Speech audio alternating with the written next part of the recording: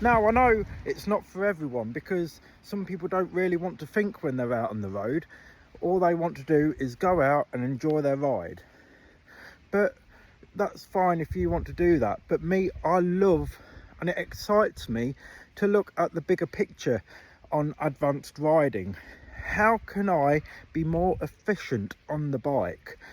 How can I be aware of what's going to happen? That really excites me, the observation phase of advanced riding, of looking ahead and thinking, I know what's going to happen.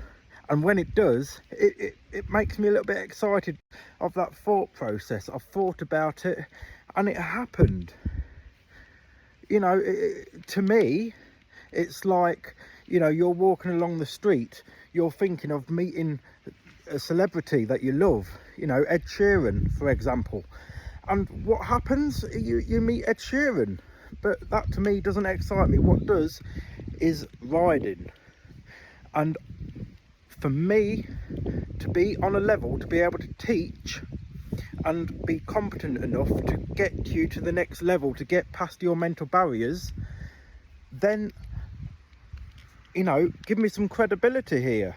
You know, I am in a position where at 29 I'm able to teach others, regardless of your experience, how to become a more confident rider and how to get past your mental barriers of maybe why you're braking late, or you get to a corner and you freeze, you stiffen up.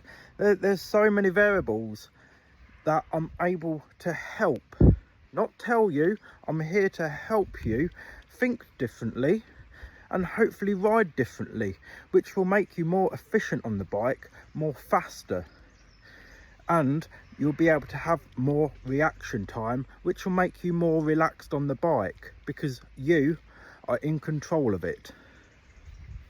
So if you feel like I am the coach for you, for someone that is passionate and can help you, contact me.